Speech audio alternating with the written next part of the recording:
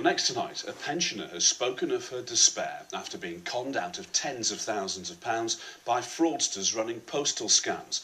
Margaret Allen, who lives in North Yorkshire, was swamped with letters, each promising huge amount of money. Well, the con men asked for a fee so that they could deliver her prize.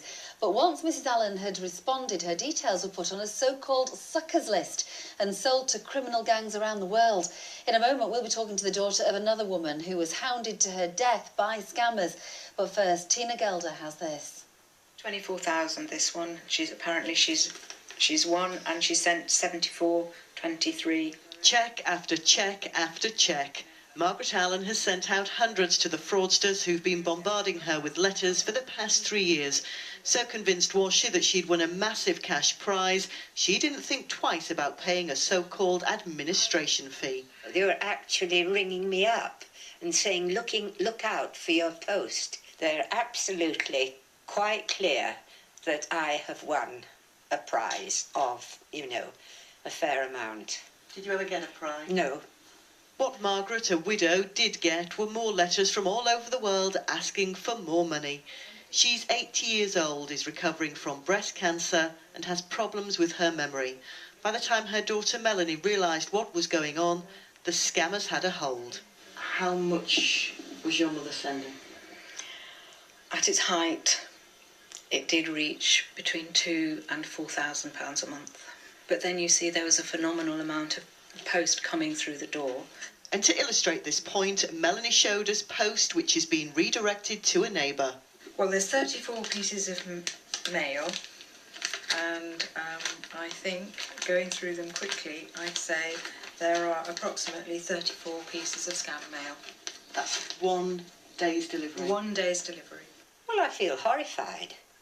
I mean, furious more than anything else. I was taken in, and normally I don't think I should have been. We were looking at, as I said, a spiralling decline, but the penny's dropped now and we're on. And she's come out fighting.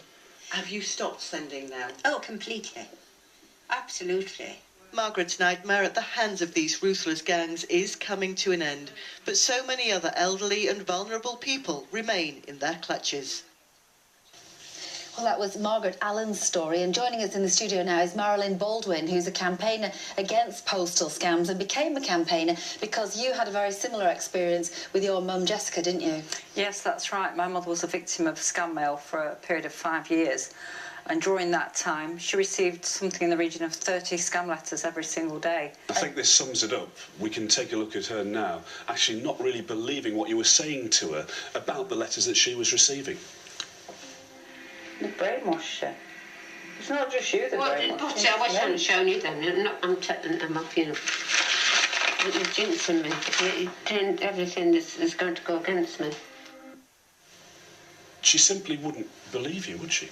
No, that's right. You see, what happens is this scam mail knits together and it creates a delusional world that becomes the victim's reality. Just give us an idea of the scale of this problem.